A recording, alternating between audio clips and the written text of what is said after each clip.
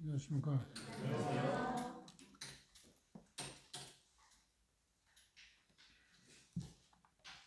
계시록 오늘은 9장입니다.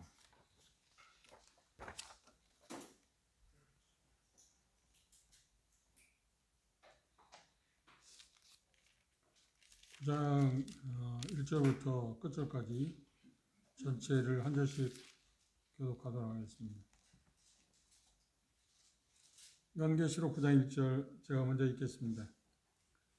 다섯째 천사가 나팔을 불매 내가 보니 하늘에서 땅에 떨어진 별 하나가 있는데 저가 무적의 열쇠를 받았더라. 그가 무적의 열려니 그 구멍에서 큰 화덕의 연기 같은 연기가 나오매 벼와 무리가 그 구멍의 연기로 말미암아 어두워지며 또 황충이 연기 가운데로부터 땅 위에 오르매 저희가 땅에 있는 전갈의 권세와 같은 권세를 받았더라. 그에게 이르시되 땅의 풀이나 푸른 것이나 각종 수목은 해하지 말고 오직 이마에 하나님의 인침을 받지 아니한 사람들만 해하라 하시더라. 그러나 그들을 죽이지는 못하게 하시고 5달 동안 괴롭게만 하게 하시는데 그 괴롭게 함을 전갈이 사람을 쏠 때 괴롭게 함과 같더라. 그날에는 사람들이 죽기를 구하여도 죽지 못하고 죽었으나 죽음이 그들을 피하리로다. 황충들의 모양은 전쟁을 위하여 예비한 말들 같고 그 머리에 금 같은 멸관을 비슷한 것을 썼으며 그 얼굴은 사람의 얼굴 같고 또 여자의 머리털 같은 머리털이 있고 그 이빨은 사자의 이빨 같으며 또 철흉갑 같은 흉갑이 있고 그 날개들의 소리는 병거와 많은 말들이 전장으로 달려 들어가는 소리 같으며 또 전갈과 같은 꼬리와 쏘는 살이 있어 그 꼬리에는 5달 동안 사람들을 해하는 권세가 있더라. 저희에게 임금이 있으니 무지갱의 사자라. 히브리음으로 이름은 아바돈이요 헬라음으로 이름은 아볼로니오랴. 첫째 화는 지나갔으나 보라 아직도 이후에 화둘이 이르로다. 여섯째 천사가 나팔을 불매 내가 들으니 하나님 앞 금단 네 뿔에서 한 음성이 나서 나팔 가진 여섯째 천사에게 말하기를 큰 강 유브라데에 결박한 네 천사를 도와주라 하네. 네 천사가 놓였으니 그들은 그 연 1월 시에 이르러 사람 3분의 1을 죽이기로 예비한 자들이다. 마병대의 수는 2만만이니 내가 그들의 수를 들었노라. 이같이 이상한 가운데 그 말들과 그 탄 자들을 보니 불빛과 자주빛과 유황빛 흉갑이 있고 또 말들의 머리는 사자 머리 같고 그 입에서는 불과 연기와 유황이 나오더라. 이 세 재앙 곧 자기들의 입에서 나오는 불과 연기와 유황으로 말미암아 사람 3분의 1이 죽임을 당하니라. 이 말들의 힘은 그 입과 그 꼬리에 있으니 그 꼬리는 뱀 같고 그 꼬리에 머리가 있어 이것으로 해하더라. 이 재앙에 죽지 않고 남은 사람들은 서로 행한 일을 회개하지 아니하고 오히려 여러 귀신과 또는 보거나 듣거나 아니거나 하지 못하는 긁는 무무와 목석의 우상에 위해 절하고 함께 또 살인과 독설과 음행과 도둑질을 회개치 아니하라. 네, 감사합니다. 오늘 9장 내용은 다섯 번째 천사가 5 나팔을 부는 거 하고 그 다음 6 나팔을 부는 내용으로 되어 있습니다. 5째 나팔의 그 내용에 대해서 여러 가지 나와 있는데 간략하게 교환한다면 5째 나팔을 불 때 하늘에서 뭐가 떨어졌다고요? 땅으로 별 하나가 떨어졌는데 그 별이 뭐냐고 할 때 여기 표현하는데 무정의 열쇠를 받았더라 그렇게 말합니다. 무정이 뭔가요? 무정이란 말 그 말대로면 여기 히브리어로 헬라어 말로 나와 있습니다만 그 말은 뭐냐? 그 끝이 없는 구덩이, 밑이 없는 구덩이. 그 밑이 없다는 말이에요. 그럼 얼마나 들어가 밑이 있다는 말입니까? 없다고 하는 말입니다. 그곳은 어떤 곳이냐면 예수님께서 누가 보면 우리가 찾아볼 것입니다만 타락한 천사들이 가둬 놓은 것입니다. 갇혀 있는 곳입니다. 그러니까 천사 그룹이 여러 종류의 그룹이 있는데 타락한 천사들도 우리가 이제 잠시 그걸 보겠습니다만 왕은 타락한 천사들의 왕을 뭐라고 하냐면 사단이라고 하고 타락한 천사들 귀신들이라고 합니다. 귀신들의 종류가 여러 종류가 있는데 그 종류들 가운데 한 종류가 지금 무지개에 갇혀 있었다고 하는 겁니다. 무지개에 갇혀 있는 귀신들을 끌어내기 위해서 하늘에서 한 별이 떨어졌는데 그 별이 누구냐고 할 때 여기 말하는 것처럼 그게 사단이라고 우리는 힘주어서 말하는데 별 문제가 없을 것입니다.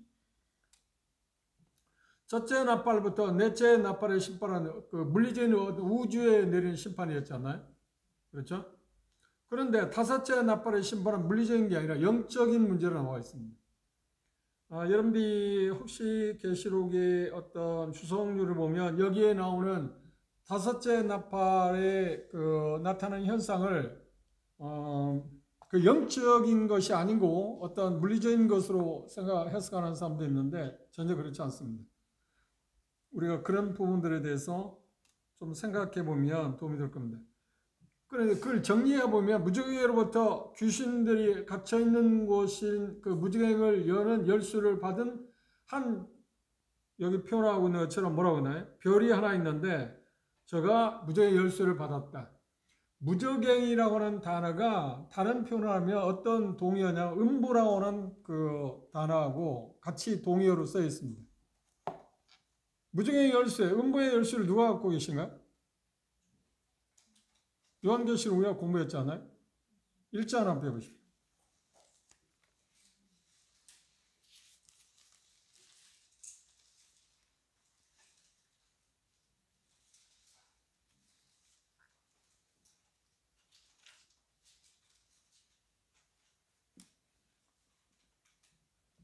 요한계시록 1장 18절 말씀에 보면 곧 산자라 내가 전에 죽었었노라 볼지어다 이제 세세토록 살아있어 사망과 음부의 열쇠를 갖다. 무지개의 열쇠를 그분이 갖다. 그러니까 한마디로 말하면 이 말씀은 무슨 말이냐 예수 그리스도께서 생사화복의 모든 권한을 그분이 갖고 계시다. 생사화복이라고 할 때 인간과 관계된 것이지만 이게 우주의 모든 권한을 누가 갖고 계시냐면 성부 하나님께서 누구에게 위임했다고요? 성자 예수님께 위임했다는 겁니다. 그래서 여기 하늘에서 한 별이 떨어졌는데 그 별이 뭘 받았냐면 여기 보는데 무정의 열쇠를 받았다. 여기 우리가 읽은 본문 말씀 가운데 3번이나 그런 표현을 하고 있습니다. 그리고 어떤 학자는 뭐냐면 신적 수동태라고 하고 능동태란 말을 하죠. 능동태는 뭔가 하는 거고 수동태란 말은 아무것도 하지 않고 어떤 다른 사람이 어떤 일을 하는 것을 수동태라고 합니다. 그런데 신적 수동태, 그러니까 하나님께서 정확히 말하면 성자 예수님께서 이 사단에게 어떤 권위를 위임해 준다. 그렇죠? 그걸 지금 이야기하고 있습니다. 그러니까 자기 자신이 사단이 어떤 권한을 갖고 있는 게 아니라 그 권한을 예수님께서 잠시 누구에게 빌려줬다고요? 사단에게 위임해 줬다. 뭐하기 위해서? 심판에 그러니까 심판을 내릴 수 있는 역할을 감당하기 위해서. 그러니까 모든 이 세상의 모든 피조물은 누구의 권한에 있어요? 예수님의 권한에 있습니다. 그걸 우리가 믿는다고 하면 우리가 세상을 살아가는데 염려할 수 있는 것들을 많이 줄일 수 있습니다. 우리의 일어나는 모든 것은 누가 허락하는 것에 의해서 주어진다고요? 바로 주님께서 허락해야만 가능합니다. 그리고 그 허락을 하시는데 그것도 어떻게 딱 한정되어 있습니다. 정확하게. 그런데 이 사단에게 주어진 권한을 위임받은 권한이 얼마 동안이라고요? 딱 5개월. 5개월 동안에 인구의 3분의 1을 죽일 수 있는 권한을 위임하죠. 지금 현재 제가 최근에 느끼는 세계 인구가 75억이라고 그러더라고요. 그러면 3분의 2라고 하면 3분의 2라면 몇 억입니까? 몇 억이 죽습니까? 75억 나누기 3. 예? 2억 78천? 2억 3천? 뭐 그런 겁니다. 정확히 계산해 볼까요? 2억 몇? 75억의 3분의 1. 예? 얼마? 그렇지, 25억 정도. 25억을 죽이기 위해서 나온 것처럼 얼마 귀신들이 필요하다고요? 2억의 귀신이라고 했다. 그런데 2억이라는 말은 나중에 우리가 보였지만 어떤 상징적인 숫자입니다. 한번 생각해 보세요. 요한이 지금 반모섬에서 이 계시를 볼 때 그 당시 세계 인구는 얼마나 됐을 것 같아요? 채 1억이 채 안 됐을 겁니다. 2000년 전이니까. 그런데 그 당시 2억이라는 걸 생각해 보세요. 그러면 2억이 지금은 뭐 75억이나 되니까 2억이 얼마든지 생각할 수 있지만 상상도 못 하잖아요. 그래서 성경은 이것은 이만마이라고 할 때 2억의 숫자는 어떤 상징적인 숫자라고 봐야 마땅합니다. 그런데 저도 한때는 이 말씀을 어떻게 받아들이냐면 그 문자적으로 2억. 그래서 다행히 그때 당시 제가 물론 앞서간 형제들도 그렇게 이 표현을 이 말씀을 그렇게 표현하고 가르치는 걸 제가 듣기도 하고 저도 그렇게 가르친 바가 있는데 그게 뭐냐면 그 당시 모택동인가 중국의 지도자가 자기들이 있는 인민들을 다 동원할 수 있는 군대를 동원하면 얼마를 동원할 수 있냐고 하면 2억을 동원할 수 있다고 한 말을 했습니다. 다행히 여기 2억이 나오니까 그런 게 동방이잖아요. 더군다나. 그런데 정확히 지역을 말하는 유프라데스 강의 동쪽이라고 하겠어요. 유프라데스 강의 동쪽이면 지금 시리즈가 뭐냐 이란이거든요. 정확히 이란이에요. 유프라데스 강의 동쪽이라면.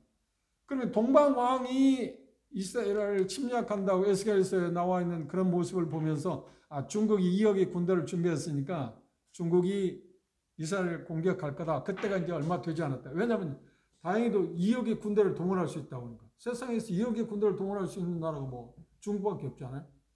그걸 보면서 시사적인 것을 보면서 정말 가까웠다 생각했는데 나중에 자세히 알고 보니까 그것과는 전혀 다른 거죠. 이건 상징적인 숫자고 여기에 나오는 것은 영적인 귀신들의 이야기지 인간들을 동원해서 3분의 1을 죽이겠다는 말이 아닙니다. 정확히 보면 그것을 우리가 이제 한번 생각해 보죠. 그러니까 그만큼 잘못 이해했다고 하는 것입니다. 너무 문자에 치중하다 보니까 문자는 뭐가 결정한다고요? 문맥이 결정한다고 했어요. 그렇죠? 그래서 그 부분들을 우리가 잠시 후에 좀 생각해 보는 게 힌트만 갖고 생각해 보는 게 무저강에는 귀신들이 갇혀 있는 곳인데 그곳의 열쇠를 지금 사단이 하늘에서 땅에 떨어진 한 별이 받았다. 이게 받았다 하는 겁니다. 권위인세를 위임받았다 하는 겁니다. 자기 자신이 권한이 있다 없다? 없다. 그 권한을 누가 주었다고요? 주님께서 주셨다 하는 이야기를 했습니다. 그 부분을 우리가 이제 생각해 봅시다. 그러면 누가복음을 한번 보십시오. 무저갱이 뭐가 있는지 누가복음 8장입니다.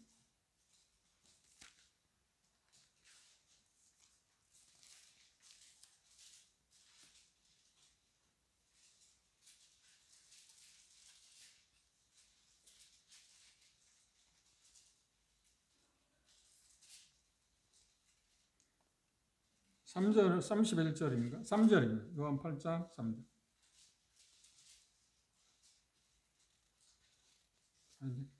31절, 31절.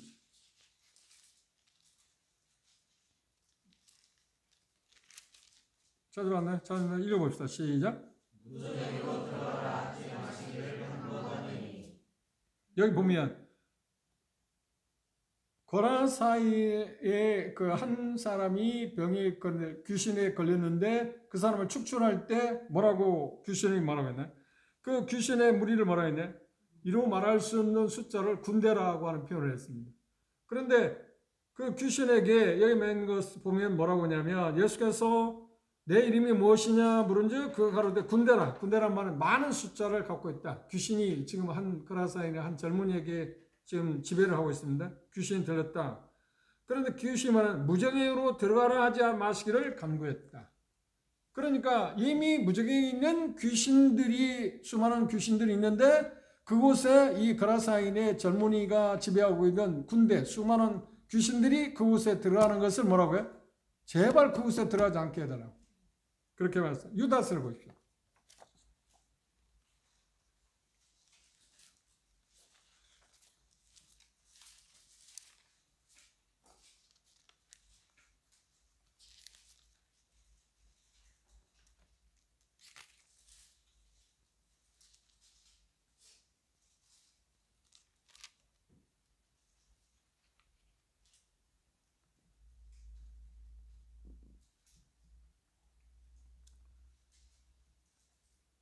유다서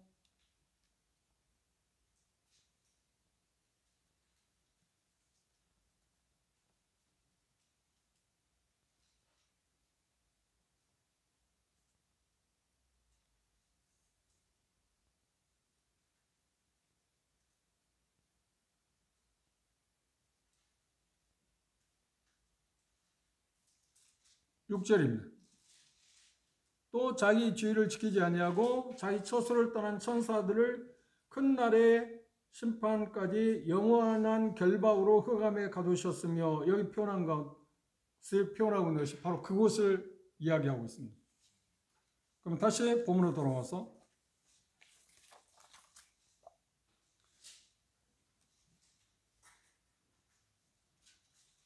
이 별은 무지경의 어떤 그 열쇠, 그 주인이었던 예수 그리스도로부터 그 권한을 위임받았다고 그랬습니다. 위임받았는데, 위임받았다고 표현할 때 여기 보면 세 번이나 그렇게 말합니다. 1절하고 9장 1절하고 3절 주목해 보십시오. 9장 3절에 보면 또 황충이 연기 가운데로부터 땅 위에 나오매 저희가 땅에 있는 전갈의 권세와 같은 뭘 받았다고요? 권세를 받았다. 위임받았다는 거예요. 그렇죠? 그 다음 5절 보십시오. 5절에 그러나 그들을 죽이지는 못하게 하시고 5달 동안 괴롭게만 하게 하시는데 그 괴롭힘을 괴롭게 하면 전갈이 사람을 쏠 때 괴롭게 함과 같더라. 여기 뭐냐면 하시는데, 역시 예수님께서 고난을 허락해서 제한적으로 통제하고 있다고 하는 것을 지금 표현하고 있습니다. 그걸 신적 어떤 수동태란 말을 썼는데 참 그 어울리는 말이라고 생각해요. 하나님께서 하시는 일에 대해서 누구도 어떻게 할 수 없다고 하는 이야기를 지금 하고 있습니다. 무적의, 그건 좀 전에 말씀드린 것처럼 이 본문에서도 이야기했어요. 무적액을 뭐라고 표현했나요? 11절 중에 저희에게 임금이 있었는데, 무적액에서 나오는 귀신의 임금이 있었다. 그런데 임금이 있었는데 그 임금이 어디에 있어요? 무적액의 사자라고 표현했어요. 히브리음으로는 여기 보면 아바돈, 헬라음으로는 아볼로이라고 말했습니다. 그런데 이 두 가지 표현한 것은 뭐냐면 유대인과 모든 이방인들을 이해할 수 있도록 하기 위해서 사용되어졌다고 말합니다. 그런데 그 말을 한마디로 말해야 돼. 무적행, 끝이 없는 구덩이, 밑이 없는 그 구덩이 속에 갇혀있는 귀신들을 일시 귀신의 대장이었다고 말하기서는 왕이었다고 표현하고 있는 사단이 풀려나서 그들을 집결시킵니다. 집결시키는 이유는 뭐라고요? 그 숫자가 얼마나 된다고요? 약 2억이라고 말했어요. 근데 2억의 숫자를 말하는 거예요. 귀신들의 숫자 2억이라는 말이 아니고, 그러니까 말할 수 없이 많은 숫자다. 아까 누가복음 8장에서 말한 것처럼 많은 군대라고 표현했을 때 군대가 얼마나 되냐고 할 때 일반적으로 로마의 그 군단임이 한 6천 명 된다고 합니다. 그걸 이야기할 때 그렇게 표현할 수 있는 건 아니고 그냥 많다. 그렇죠. 많다고 하는 표현을 그렇게 이야기하고 있다는 것을 우리가 나중에 좀 살펴볼 수 있을 거라고 생각합니다. 그런데 그들이 하는 일은 뭔가요? 그렇죠. 하나님의 인맞지 아니한 사람들을 죽이기 위해서. 그래, 제안했습니다. 하나님의 인받은 사람들을 제외하고 나머지 사람들만 죽이라. 그런데 다 죽이는 게 아니라 땅에 거하는 사람들 가운데 3분의 1을 죽이는. 이게 지금 숫자로 보면 약간 25. 상상 못하겠어요. 한번 생각해 보십시오. 우리는 이미 휴교돼서 이 세상에 그런 일이 났다면 그 시체를 어떻게 치워야 할까요? 그러니까 그건 참혹해서 가히 상상도 못할 일입니다. 그런데 다섯째 나팔을 불 때는 아직 죽인 것은 아니잖아요. 다섯째 나팔은 괴롭기만 하는 거고, 여섯째 나팔이 불렸을 때 지금 죽이는 일이 벌어지니까, 그렇죠? 이제 다섯째 나팔에 대해서만 우리가 먼저 생각해요. 그러니까 그러니까 사단의 타락의 현상을 보면 첫째, 일반적으로 이사야서 28장이나 에스겔서 이사야 14장, 그리고 이사야 28장, 그리고 에스겔서 18장에 보면 그러니까 사단이 타락한 현상에 대해서 기록하고 있는데 이사야 28장에 정확히 나와 있습니다. 당시 천사장이 어떤 사람은 7그룹이 있다고 말하는 사람도 있습니다. 그런데 제가 보기에는 나 3그룹이라고 생각해요. 성경에 3그룹 정도 나왔지 7그룹이라고는 나와 있지는 않습니다. 이름도 나와 있지도 않고. 근데 3그룹은 틀림없이 나왔어요. 루시퍼가 있고요. 미가엘도 있고요. 가브리엘도 있습니다. 그런데 루시퍼는 천사장 가운데 으뜸. 그러니까 지금 어떤 행정 단위로 말한다면 청와대가 아니고 뭐라요? 대통령실을 근무하는 어떤 그 측근들. 하나님의 최고 측근의 역할을 했던 게 이 루시퍼입니다. 천사장. 그러니까 천사장에게는 뭐가 따른가요? 수많은 천사들이 속해 따를 거 아닙니까? 그 다음 주로 다니엘서에 보면 미가엘이라는 전생과 관련되어 있는 미가엘이 나오는데 천사들이 나오는데 거기도 또 다른 천사들이 있을 거 아닙니까? 그 다음 소식을 전하는 데 주용 사용되었던 가브리엘이 있습니다. 요한 1장에 나와 있습니다. 기쁜 소식들 어떤 소식을 전할 때마다 그 역할을 물론 미가엘도 그걸 하기는 하지만 주로 그 일을 감당하는 게 가브리엘인데 가브리엘 천사장에게는 또 뭐가 수하의 천사들이 있습니다. 그런데 천사장 중에 으뜸이었던 루시퍼가 하나님께 반역함으로 내가 하나님같이 되겠다. 그래서 정죄를 받고 세상에 쫓겨나는 겁니다. 쫓겨나기는 쫓겨나요. 그때 지금 제가 추측할 때 성경에 그 나와 있잖아요. 추측할 때 그때 가장 주동적인 역할을 했던 천사 그룹이라는 게 귀신들입니다. 천사 그룹을 어디에다 하나님 가두었다고요? 그래 이곳에 가두었을 거다. 그렇죠. 가장 주동적인 역할을 했다. 그런데 천사장이었던 그 루시퍼는 이제 사단이죠. 마귀라고 이야기합니다. 그는 그곳에 갇히진 않았어요. 아직. 그리고 또 다른 별개의 졸개들, 귀신들이 있는데 그들은 아직 갇히진 않았습니다. 그런데 그 일을 주동했던 그룹만 아마 이 무적행위에 갇혀 있었을 거라고 추측해 볼 수 있어요. 이건 제 생각입니다. 천사, 그러니까 루시퍼를 중심으로 한 마귀가 있고요. 그렇죠? 그리고 그를 따르는 수많은 천사들이 있었는데 타락한 천사들은 그 천사들 뭐냐? 귀신이라고 합니다. 그런 귀신들 가운데 주동적인 역할을 했던 귀신들이 어디에 갇혔다고요? 무저에 갇혔다. 그래 무저에 갇혀있는 귀신들은 루시퍼가 통제할 그 권한을 사용할 수 있나요? 없나요? 못했죠. 지금 완전히 무저에 갇혀있으니까. 그런데 하나님께서 다섯째 나팔을 불 때 예수님께서 이 마귀에게 그 권세를 주어서 그 무저에 갇혀있는 추종자, 그러니까 측근이라고 말하겠죠. 혁명을 했는데 측근들이 있고 뭐 주변에 또 다른 사람도 있잖아요. 일반적으로 혁명할 때 주동 세력 있잖아요. 근데 주동 세력이 무저에 갇혀 있는데 그들을 끌어내기 위해서 열쇠를 사용합니다. 그러면 그동안 루시퍼 그러니까 마귀를 돕던 수많은 귀신들 있잖아요. 우리가 누가복음에 본 것처럼 그 천사들은 타락한 귀신들은 어디에 있었나요? 지금 무저에 갇혀 있지는 않잖아요. 활동하고 있었잖아요. 그들의 우두머리 누구예요? 여기 왕이라고 표현한 사단이잖아요. 사단이 지배하고 있던 수많은 귀신들 있잖아요. 그렇죠. 그들과 합세해서 그러니까 세력이 그렇게 그러니까 정확히 말하면 루시퍼 그 왕이라고 말했습니다. 그 다음에 무저에 갇혀있는 귀신들 그리고 아직 갇혀있지 않는 귀신들 이 세 그룹들을 합해서 대장이 누구라고요? 사단, 마귀가 루시퍼라고 이야기하고 있는 마귀가 대장을 해서 모든 천사들을 통솔을 하고 있는데 통제하고 자기만의 권한을 사용하고 있는데 그 권한은 뭐 하는데 사용하기 위해서 예수님이 지금 잠깐 5개월 동안의 권한을 위임했다고요? 그렇죠. 하나님의 인을 받지 아니한 이 땅에 관한 모든 사람 그렇죠? 믿음을 고백하지 아니한 모든 사람들을 5달 동안 괴롭히게 하기 위해서 풀어주었습니다. 그런데 그들이 어떤 공격을 할 것인가는 구체적으로 나와 있지 않습니다. 그런데 그들이 하는 것 가운데 가장 큰 게 고통이다. 그 고통을 뭐라고 표현했나요? 지금 우리가 인간 역사에서 가장 고통스러운 게 뭐냐면 곤충, 전갈이 쏘는 거라고 말합니다. 전갈이 쏘여봤나요? 제가 태국 갔을 때 전갈이 쏘여보지 않았어요. 그리고 김선영 이제 그 당시 선교할 때인데 큰 전갈을 표본을 하나, 실제 전갈입니다. 그 표본을 하나 줘갖고 지금 저희 집에 잘 보관하고 있는데 그 태국의 분들 이야기하는데 그런 이야기들 전갈에 쏘이는 고통은 정말 이루 상상할 수 없답니다.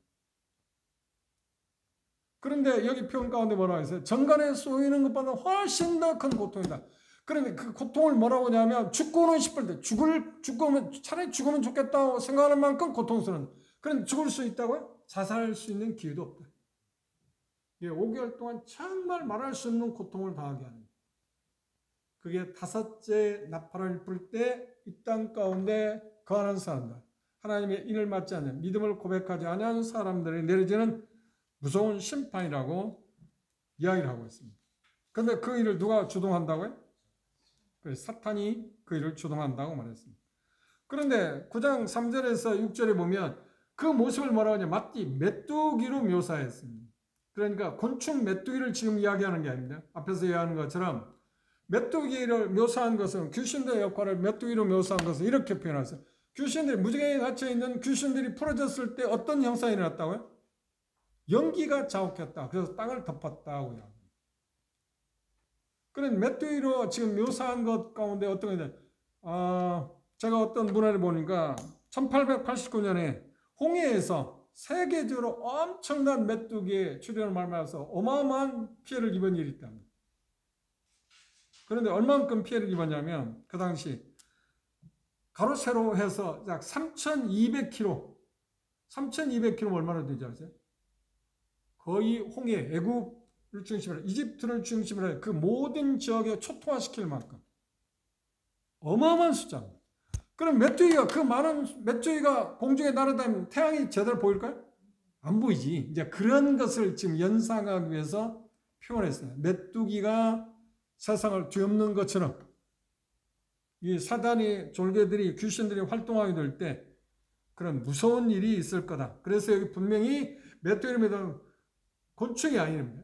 분명히 곤충이 아니고 귀신들로 셀 수 없는 엄청난 파괴 능력을 상징하고 있습니다. 그것이 9장 3절에서 6절에 표현합니다.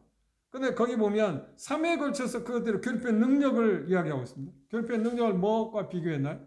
정갈이 쏘는 것과 같다고. 그런데 훨씬 더 고통스러울 거라고 이야기했습니다.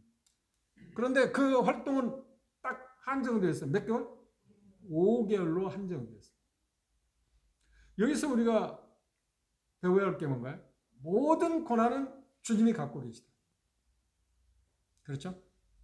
어떤 거든 사단을 사용할 수도 있고, 우리 주변에 어떤 정부를 사용하고, 어떤 사람들을 사용하고, 어떤 시련들 통해서, 환경들, 어떤 사람들을 통해서 주님께서 그것들을 다 사용할 수 있는데, 그런데 그 고난은 누가 갖고 계시냐면 주님이 갖고 계시다. 그런데 우리가 좀 안심할 수 있는 건 뭐냐? 주님과 우리의 관계는 어떤가요? 우리 사랑하는 분 아니에요? 그렇죠? 우리가 뭔가 잘못된 징계를 한다 할지라도 그분이 우리를 절대 해치진 않는다. 이건 정말 놀라운 이야기입니다. 그렇죠? 이건 이제 부정적인 이야기죠. 땅에 거하는 사람들에게 오는 그 무서운 심판을 주님께서 고난을 갖고 계시는데, 그것에서 우리가 볼 수 있는 것은 모든 고난을 주님이 갖고 계시다. 그것들을 우리가 알아야 한다. 그걸 항상 인정하고 살아가는 것 대단히 중요합니다. 그래서 여기 나오는 것처럼 마귀도, 그 귀신들도 능력이 있죠. 엄청난 능력이 있습니다. 고통을 주는 능력도 있고, 차후에 보겠지만 수많은 사람을 죽이는 능력도 있습니다. 그럼에도 불구하고 주님이 허락하시지 않는 그들은 손 하나 까딱댈 수 없습니다. 그런 점에서 우리를 하나님께서, 주님께서 어떻게 철저하게 보호하십니다. 그런 것을 우리가 생각하면 좀 안심해도 됩니다. 그런 면에서. 그렇죠? 그리고 그분 허락한 범위 내에서만 어떤 것들이 활동할 수 있지, 그분이 허락하지 않는, 허용되지 않은 것에서는 절대 어떤 것도 우리를 해칠 수 없다는 것, 그리고 궁극적으로 해칠 수 있는 게 아무것도 없다는 것, 우리를 사랑하셔서 자신의 몸을 내주심으로 말미암아 우리를 구속하신 분이기 때문에 더군다나 그것에 대해서는 확신할 수 있습니다. 그런데 이 기간 동안에 하나님께서 5개월의 기간을 준 이유가 뭘까요? 주님께서 사단에게, 그 졸개들에게 5개월 동안 고통을 준 이유가 뭘까요? 회개의 기회를 주기 위해서. 이 마지막 기회. 회개의 기회를 주기 위해서. 그런데 여섯째 나팔이 불려졌을 때 회개했나요? 안 합니다. 그래서 사람은 완악하다고 하는 것을 표현하고 있습니다. 그래도 끝으로 회개의 기회를 주기 위해서. 그리고 그들은 그 고통이 얼마나 심했는지, 죽고 싶을 정도인데 죽음도 자기를 떠나는, 해치지 못하는, 죽을 수도 없는 그 고통스러움에 대해서 이야기했습니다. 그럼 그 당시 우리가 알고 있는 14만 4천 명이 그렇죠? 복음을 전했죠. 그리고 우리가 다음에 볼 것입니다. 두 증인이 나타나 또 복음을 전합니다. 그리고 이미 14만 4천만 두 증인에 의해서 믿은 사람도 있잖아요. 순교당한 우리가 8장에서 보고 6장에서 보고 있잖아요. 순교당한 수많은 사람들이 복음을 전했어요. 순교당하면서 복음을 전할 거 아닙니까? 왕국 복음, 그렇죠? 은혜 복음이란 왕국 복음이라고 그랬습니다. 천국 복음이라고 표현한 건. 그 복음을 수없이 전했습니다. 그런데도 이 고통을 당할 것을 예고했을 게 아닙니까? 회개하지 않으면 멸망받는다. 재앙을 따른다. 재앙을 받는다. 그런데도 돼? 실질적으로 재앙이 왔는데도 그 하나님으로부터 온 것입니다. 왔는데도 그들은 회개하지 않는다. 하나님께서 끝까지 회개할 수 있는 기회를 줬는데 마지막 믿을 수 있는 기회를 줬는데 그들은 돌이키지 않는다. 사람이 이렇게 악해질 수 있다. 라고 하는 것을 우리가 볼 수 있습니다.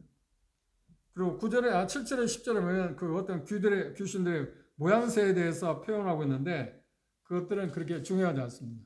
그러니까 그것들을 한마디로 이야기해 메뚜기로 어떤 표현하고 여러 가지 표현들을 하고 있는데 귀신들의 모양, 영적인 그 존재라고 하는 것만 우리가 생각하시면 도움이 될 거라고 생각합니다. 그런데 그 표현 가운데 보면 전투를 준비한 말과 같다고 하는 표현을 했습니다. 그건 뭐라는 거예요? 그 막강하다, 전투력이 막강하다는 표현을 그렇게 표현했고요. 머리에는 금과 같은 관을 쓰고 있다. 승리의 어떤 관에 대해서 해야 하는데 사람들이 귀신을 때를 이길 수 없다는 것. 그 누구도 그 고통에서 벗어날 수 있는 제휴되는 사람이 아무도 없다는 것을 그렇게 묘사했습니다. 또 뭐는가? 사람의 얼굴을 닮았다고 그랬습니다. 이거 말은 뭔가요? 곤충이 아니고 어떤 이상적인 어떤 활동을 하는 존재로 묘사되어 있습니다. 그래서 생각하고, 그렇죠? 그 다음, 여성의 머릿결을 표현했습니다. 그런 유혹하는 힘이 있다고 하는 것을 표현하고 있습니다. 그 다음에 사자 이 같으다. 그러니까 사나움, 그렇죠? 막 찢어 죽이는 것 같은 그 사나움을 표현하고 있습니다. 철로 만든 어떤 장비, 그건 역시 귀신의 해치고자 하는 것을 막을 수 있는 어떤 무기도 없다. 피할 수 있는 게 없다는 표현을 그렇게 말했습니다. 그리고 전쟁에 수행되기 전에 전 세계적으로 어떤 통치하는 그런 부분에 대해서 표현하고 그것들의 역할을 전갈이 쏘는 것처럼 그렇게 고통을 주는 것으로 묘사되어 있어. 그런 정도만 여러분들이 생각하시면 될 것입니다. 그리고 여기 11절, 12절 보십시오. 9장 11절, 12절 보시면 그들의 정체에 대해서 분명히 말했습니다. 메뚜기와는 달리 그것들은 뭐가 있었다고요? 잠언 32장 30장 27절에 보면 메뚜기는 왕이 있어요 없어요? 메뚜기들 안 봤나요? 가을 메뚜기 우리 친구들이 종종 나이가 들어가면서 가을 메뚜기 메뚜기는 언제부터 여름에 한창 있다 가을 되면 서리가 내리면 다 사라지잖아요. 그러면서 이제 나이가 들면 아내들한테 조선 남자로서 큰 소리 팡팡 치고 하는 게 이제 가을 메뚜기 되니까 힘이 빠지니까 조심해라. 뭐 하는 쪽에서 우리 친구들끼리 그런 이야기를 했어요. 한때 그런 이야기를 했어요. 그런데 메뚜기는 잠언 기자에 보면 왕이 없습니다. 그런데 여기 메뚜기로 묘사되어 있는 귀신들은 왕이 있었는데 왕이 누구라고요? 그걸 사다이라고 표현했어요. 무정의 열쇠를 잠시 유인받은 그를 표현할 때 이렇게 표현했습니다. 그래서 이 천사를 가리켜서 그렇게 타락한 천사죠. 아베소스의 천사라고 요한은 말했습니다. 아바돈, 아볼리온, 이게 경건하지 않은 유대인들. 그 당시 왕국 복음을 전했는 모든 유대인들이 믿는 건 아닙니다. 그렇죠? 14만 4천 명은 전도자였고 수많은 유대인들이 있는데 그들 가운데 믿는 사람도 믿지 않는 사람 유대인들이 있을 거 아닙니까? 믿지 않는 유대인들. 그럼 믿지 않는 어떻게? 이방인들. 그들의 모두에게 미치는 영향력을 표현하기 위해서 히브리어가 헬라어로 묘사되어 있다. 그런데 그 뜻은 뭐냐? 파괴자. 파괴한다. 그런데 파괴를 하는데 그들이 하는 역할은 뭐냐면 고통을 주는 거예요. 얼마 동안? 5개월 동안. 상상할 수 없는 고통을 준다. 그것이 몇 번째 나팔의 심판이라고요? 5번째 나팔의 심판입니다. 그러니까 5번째 나팔의 심판을 생각하시면 사단과 그 졸개들이 이 세상에 그 당시 믿지 아니하는 사람들, 하나님을 이 말을 임하지 않은 사람들에게 예수님으로도 유임을 받아서 5개월 동안 심한 고통을 주는 재앙이다. 이렇게 정리하시면 됩니다. 이해하셨죠? 거기에서 우리가 배울 수 있는 게 뭐다고요? 교훈이 뭐라고요? 모든 권세는 누가 갖고 계시다고? 주님이 갖고 계시다. 그래서 우리는 안심해도 됩니다. 보호하신다고 하는 거고 그 주님의 권세에서 벗어날 수 있는 건 아무도 없습니다. 그러면 6번째 나팔해 보십시오. 그 다음 13절에서 21절 나왔습니다. 그런데 첫 번째 화는 지나갔습니다. 첫 번째 화가 뭔가? 여기 우리가 본 것처럼 8장을 보십시오. 8장 맨 끝에 보시면 13절에 보시면 내가 또 보고 들으니 공중에 날아가는 독수리가 큰 소리로 이르되 땅에 거하는 자들의 화가 있으리다. 4개의 나팔이 불려진 다음에 7개의 나팔을 불리잖아요. 4번째 지나갔으니까 5번째, 6번째, 7번째. 그래서 화. 첫 번째 화, 이제 5번째 나팔이 불려졌죠. 그러면 화가 2개 남았죠. 그러면 이제 또 6번째 화는 뭔가요? 지금 6번째 나팔이 불려져요. 그리고 마지막 화는 7번째 나팔은 이제 다음에 보는 것처럼 거기에는 뭐가 있냐면 7번째 나팔을 불 때 7대접의 심판이 연이어서 나옵니다. 거기에 포함되어 있는 것입니다. 우리가 공부했잖아요. 7인 가운데 뭐가 들어있다고 그랬나요? 7나팔의 심판도 들어있고 7대접의 심판도 들어있다. 그렇죠? 화 3개가 이야기했는데 이제 5번째 화가 하나 지나갔습니다. 그럼 화 2개 남았죠? 6번째 나팔이 불려지면 이제 화가 하나밖에 안 남았겠죠. 그렇죠? 그럼 7번째 나팔의 내용에 뭐가 들었다고요? 7대접의 심판이 남아있어요. 지금 그걸 지금 이야기하고 있습니다. 화가 지나갔으니까 이제 뭐가 하나 남았다고요? 여기 표현하고 있는 것처럼 이제 2개 화가 남아있다고 이야기하고 있습니다. 그걸 지금 그렇게 이야기하고 있습니다.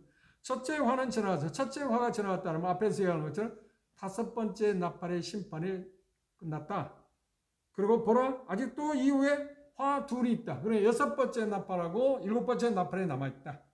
그래서 이제 여기 13절에서 6번째 천사는 몇 번째 화인가요? 그러면 8장에서는 2번째 화겠죠. 첫 번째 화가 5번째 나팔이었고 그렇죠? 6번째 나팔은 이제 여기 나오는 것처럼 드디어 천사가 나팔을 불매 6번째 나팔입니다. 하나님 앞 금단 4뿔에서 한 음성이 났다. 이 금단을 생각하면 우리가 7장 8장에서 본 것처럼 뭐다 하냐? 기도, 그 원통함을 풀어달라고 하는 것의 응답으로 지금 그렇게 생각하시면 됩니다. 금단 4뿔에서 한 음성이 났다. 음성이 났는데 14절에 보시면 나팔 가진 6째 천사에게 말하기를 큰 강 유브라데에 결박한 4천사를 놓아라. 그러니까 여기 주목해야 할 것은 4뿔과 그렇죠? 여기 보면 4뿔에서 한 음성이 났다고 그러고 결박한 4천사로 왔다. 이건 전혀 다른 것입니다. 숫자는 4개를 이야기했지만 4뿔이라고 말할 때 금단에는 뿔이 4개 있었기 때문에 그 금단에 대한 표현이고 여기 유브라다 강에서 지금 네 천사들 그러니까 사단의 졸개들이 묶여 있는데 그걸 풀어달라고 하는 쪽의 이야기예요. 전혀 다른 개체입니다. 무슨 말인지 이해하시겠죠? 그런데 6번째 나팔을 부르는데 천사에게 말하기를 유브라데 강에 큰 강 유브라데에 결박한 4천사를 놓아주라 하며 4천사가 놓였으니 그들은 4천사가 하는 일입니다. 연, 월, 일시에 이르러 사람 3분의 1을 죽이로 예비한 자들이더라. 그런데 그 숫자를 들으니까 마병된 수인데 얼마라고요? 2만 마이라고 표현했습니다. 여기 표현하는데 2만 마이라고 표현했습니다. 그래서 그러니까 금단의 제단의 4뿔에서 나오는 큰 목소리는 아마 8장 3절에서 나오는 것처럼 천사 중에 한 사람이었을 거다. 그런데 그것은 뭐라고요? 순교한 성도들이 우리 원한을 갚아달라고 하는 것의 요청에 의해서 지금 일어나고 있는 거라고 생각하시면 가장 좋을 거라고 생각합니다.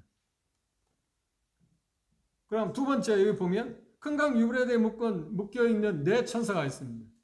이 천사 나올 때 우리가 하는데 그 천사를 말하는 게 아닙니다. 타락한 천사들을 지금 이야기합니다. 앞에서도 이야기했잖아요. 그렇죠? 타락한 천사들에서 이야기했어요. 근데 천사가 어디에 있다고요? 묶여 있다고 그랬어요. 그러면 여기 보세요. 이 천사가 지금 네 천사 묶여 있다 하는데 선한 천사들이 묶여 있다는 말이 있나요? 한 번도 없어요. 그러니까 천사가 묶여 있다는 말은 분명히 지금 악한 천사들에게 틀림없겠죠. 귀신들이라고 표현할 수 있어요. 왜냐하면 거룩한 천사는 묶여 있는 일이 없습니다. 그걸 통해서 우리는 생각해 볼 수 있어요. 그러면 이 네 천사를 풀어달라고 할 때, 풀어주라고 할 때 역시 누가 지금 명령하고 있는가요? 그렇죠. 주님의 명령이라고 우리가 받아들일 수 있을 겁니다. 그래서 묶고 푸는 것이 누구의 권한이 있다고요? 주님에게 있다고 하는 거 여기 똑같이 그랬습니다. 묶는 것도 하나님에 의해서, 예수님에 의해서, 푸는 것도 예수님에 의해서 완벽하게 통제되고 있다. 한치의 오차도 없이. 그래서 그 표현을 한치의 오차도 없다는 표현을 여기 표현한 거는 뭐라고 했나요? 연, 월, 일, 시까지 정확한 시간에 그들이 활동할 수 있도록 주님께서 명령하고 계시다고 하는 것을 우리가 생각. 그런데 그 귀신들은 뭘 하고 있다고요? 권한이 뭔가요? 앞에 5번째 나팔을 불 때는 5개월 동안 고통스러운 일을 했고, 그렇죠? 여기 6번째 나팔을 불 때는 지금 그들이 하는 일은 뭔가요? 귀신들하고 마귀가 하는 일은 뭔가요? 세계 3분의 1의 인구를 죽이는. 그 죽이는 역할을 여기 표현 가운데 여러 가지 표현했는데 여기 뭐라고 하냐면 그들을 죽일 때 뭐로 사용되냐? 불과 연기와 유황으로 죽인다 그랬습니다. 그것에 의해서 죽인다고 이야기했습니다. 그런데 여기 우리가 앞에서 표현하고 있는 것처럼 2만만 그 2억의 그 마병될 숫자에 대해서 정말 숫자대로 문자적으로 2억을 받아들일까 아닐까 하는 것에 대해서 우리가 생각할 때 여러 가지 몇 군데 찾아볼 수 있는 시편을 먼저 한번 보십시오. 68편입니다.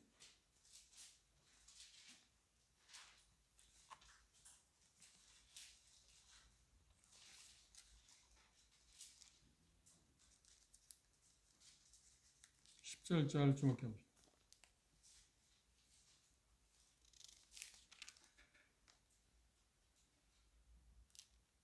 (68편) 17절입니다. 자, 있나요? 읽어봅시다. 시작. 하늘의 강권은 천천히로 망하리라. 주께서 그 중에 계시니 신의 산 성소에 계신 것 같다. 그러면 여기 하나님의 병은 천천만만이라. 그러면 그 숫자가 그렇게 했다는 거예요? 아니요. 지금 상징적인 표현입니다. 그렇죠? 상징적인 표현입니다.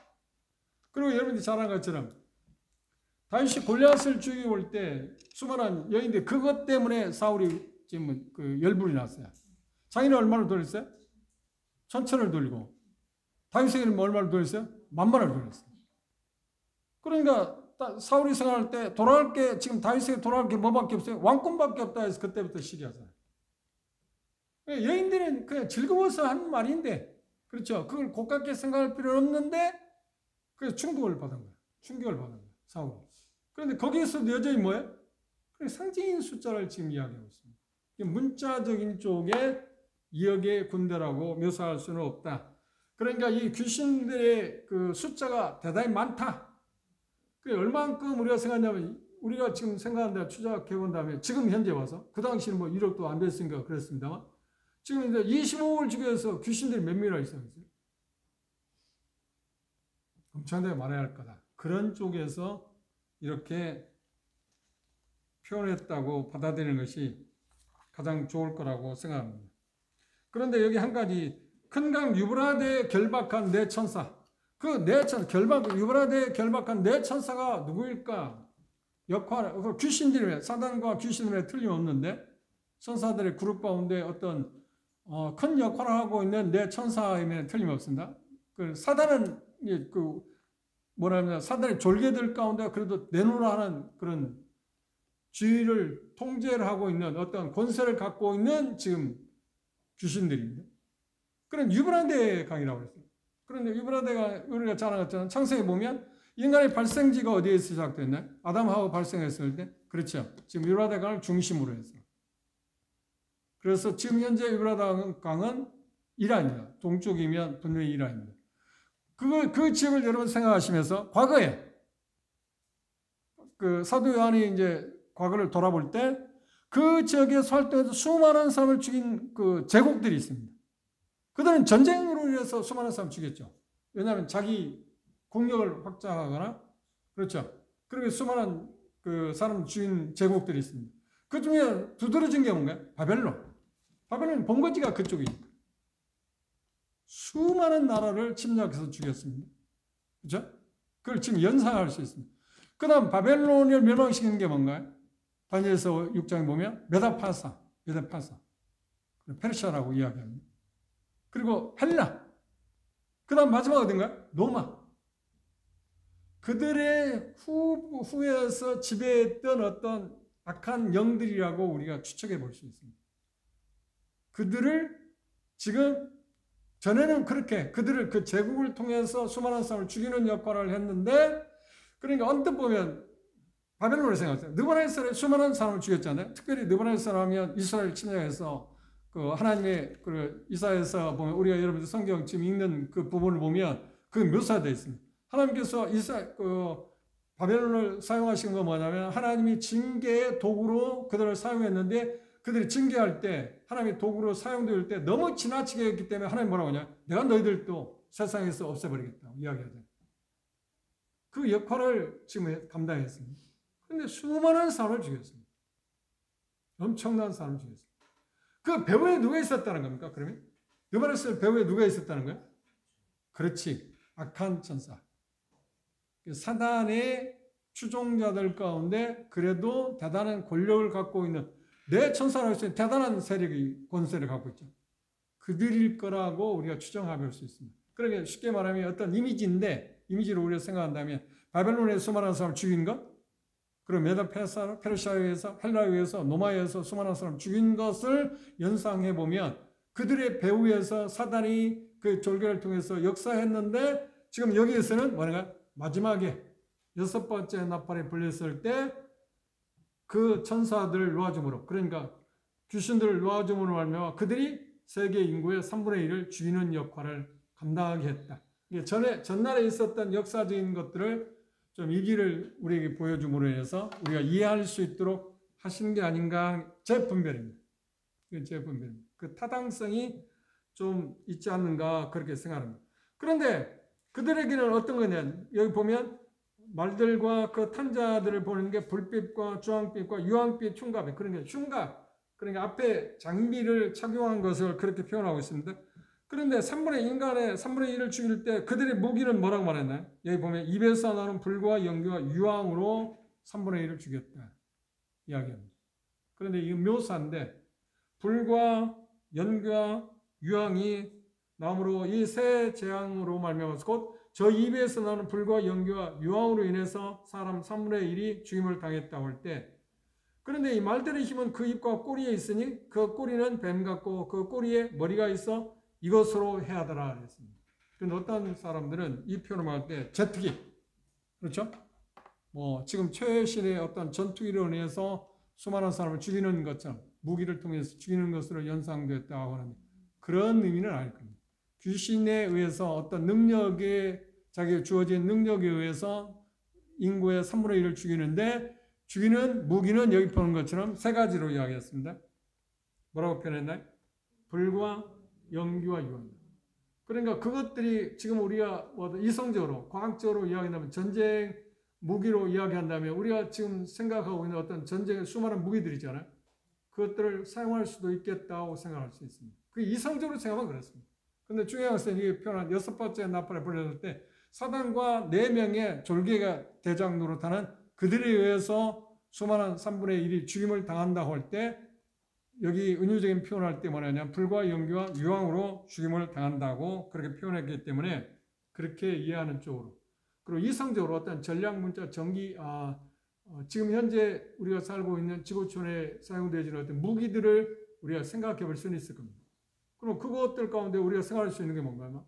원자 폭탄도 있을 수 있고 생화학 무기도 있고 그런데 여기 나오는 것은 뭐 유황 어떤 것들은 생화학 무기가 수없는 것들이 많지 않나요?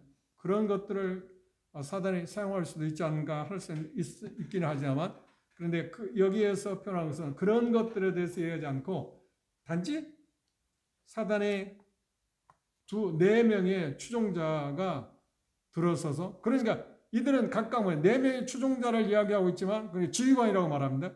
그런데 그들이 각각 네 대로 나눠서 네 대로 나누었습니다. 그러면 여기 2만 마이라고 해서 2억의 군대라는데 수많은 사람들이 한 타락한 천사 또 다음 천사 우리가 분담이 됐겠죠. 나누어지겠죠. 그들이 계속해서 어떤 활동을 함으로 말미암아서 인구의 3분의 1을 죽인다라고 하는 정도만 생각했습니다. 그러면 생각해보세요. 여섯째 나팔에 불려질 때 제가 표현한 대로 하면 옛날에 수많은 사람을 죽였던 제국들을 지배했던 역할을 했던 어떤 사단의 그 추종자들 가운데 대장들이라고 표현하겠죠. 그 네 대장들이 갇혀 있었는데 묶여 있었는데 그러고 나서 활동을 못하게 했는데 이때 그들을 풀어줌으로 말미암아서 세계 인구의 3분의 1을 죽인다. 그것이 뭐라고요? 여섯째 나팔이 우리에게 주는 의미다. 그렇게 여러분들이 기억하시면 될 것입니다. 그래서 여섯째 나팔이 우리에게 주는 건 뭔가? 다섯째 나팔 심판하고 여섯째 나팔을 심판하고 그렇게 요약하면 쉽게 여러분들이 이해할 수 있습니다. 그러면 우리가 본 것처럼 지금 9장의 내용은 딱 두 가지입니다. 다섯 번째 나팔 심판하고 다섯째 나팔의 심판은 뭐라고 했나요? 사단이 그 졸개들을 모아가지고 하나님께서 입맞지 아니한 이 땅에 거하는 사람들을 5개월 동안 고통을 주는 심판. 그렇죠? 그런데 그 고통이 얼마나 심하냐? 은유적으로 표현할 때 전갈을 쏘는 것 같다. 얼마나 고통스러우냐? 죽고 싶을 만큼 차라리 죽는 게 좋겠다고 자살을 기도하지만 죽을 수 없는 고통을 느끼게 한다. 그게 다섯 번째 나팔을 불 때입니다. 그래서 여섯째 나팔은 뭔가요? 이제 그 인물이 또 달랐습니다. 유브라데 강에 묶여있던 4명의 귀신들의 대장 노릇이라고 이야기했죠. 그들을 풀어줘서 그들에 의해서 졸개들이 얼마나 가요? 이를 해낼 수 있는 수많은 사람. 2억이라고 표현했지만 그 정도는 아니고 이런 과장법일 수도 있습니다. 추정해 볼 수 있습니다. 그들에 의해서 4개의 집단에 의해서 사단의 집단에 의해서 졸개들의 집단에 의해서 세계 인구의 3분의 1이 죽임을 당한다. 그런데 그들이 그 무기는 뭐냐면 여기 나온 것처럼 3가지라고 이야기했습니다. 그 정도만 여러분 이해하시면 됩니다. 그런데 여섯 번째 나팔이 불을 때 그들의 반응은 뭐예요? 그런 고통을 당하면서도 인구가 그렇게 수많은 자기들 앞에 죽어가면도 들은 것을 봄에도 불구하고 그들의 반응은 뭐였나요? 그렇게 하지 않았다. 결과는 반응은 뭐였나요? 5가지 나와 있어요. 첫째, 뭐라고 나와있나요?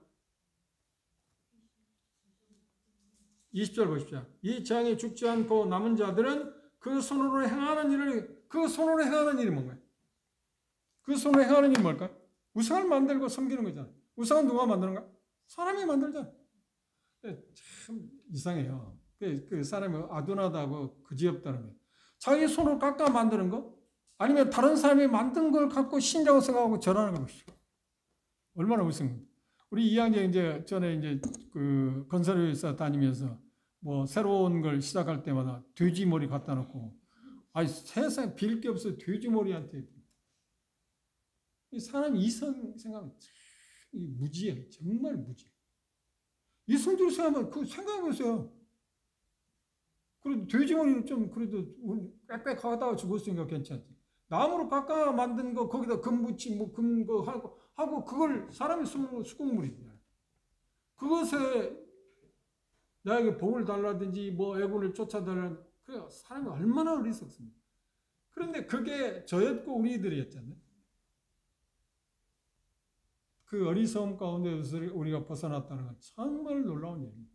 그러니까 단순한 것인지만 정말 놀라운 일입니다. 아무리 지성이라 할지라도 자기들이 생각할 때 그런 것들을 의지를 해요. 지성인들이 그렇죠. 지성인들이 의지. 자기 손을 만고 그런 우상 숭배하는 일을 여전히 어떻게 했다고요? 멈추지 않는다. 그 다음 그리고 회개하기를 거부했다고 그랬습니다. 두 번째는 살인, 그 다음 마법, 음해, 도덕적인 불륜 그런 것들에 대해서 이야기하고 있습니다. 그런데 이런 심한 심판이 오에 불구하고 그걸 주변에서 당하는 것을 보았음에도 불구하고 그들의 죄를 회개할 생각을 하지 않는다. 거기에서 우리가 볼 수 있는 건 뭐예요? 사람은 참 악하다. 하나님이 우리에게 은혜를 베풀지 아니하면 우리는 돌아설 수 있는 사람들이 아닙니다. 돌아설 수 있는 사람이 아닙니다. 그런 걸 생각하면 얼마나 우리가 복을 받은 사람입니까? 그럼 무지한 가운데 살던 우리를 하나님의 은혜를 베푸심으로 돌아서 그게 얼마나 허황된 것인가 알게 해서 그 돌아서게 합니다. 그럼 하나님을 섬길 수 있게 우상을 섬기는 우리가 하나님을 섬기는 쪽으로 돌아오게 한 것이 하나님의 은혜 아닙니다. 그보다 큰 은혜가, 그보다 큰 복이 됩니다. 사람으로서 해야 할 마땅한 일을 우리가 지금 하고 있다는 생각입니다. 이 두 가지 재앙에서 우리가 배워야 할 건 뭔가요? 교훈은 뭔가요? 그렇죠. 5번째 나팔도 그렇고 6번째 나팔도 마찬가지로 하나님이 주님이 허용하셔야만 모든 일이 일어납니다. 그리고 하나님을 섬기는 즐거움을 우리가 되찾죠. 하나님의 은혜를 베푸심으로 말미암아 우리가 그 자리에 가지 않게 되는 것은 얼마나 우리에게 큰 복입니다. 은혜 아니고서는 설명할 수 있는 게 없잖아요. 우리가 똑똑해서인가요? 뭔가 하나님께 뭔가 잘 보여서인가요? 아니고요. 하나님 잘 보이는 건 우리보다 훨씬 잘 보이는 사람이 훨씬 많잖아요. 우리 주변에 종교인들 열심히 보십시오. 우리 가히 따라갈 수 없습니다. 저도 종교생활을 해봐서 알지만 저도 따라갈 노력은 했지만 저보다 월등히 나은 사람이 수두룩 했으니까.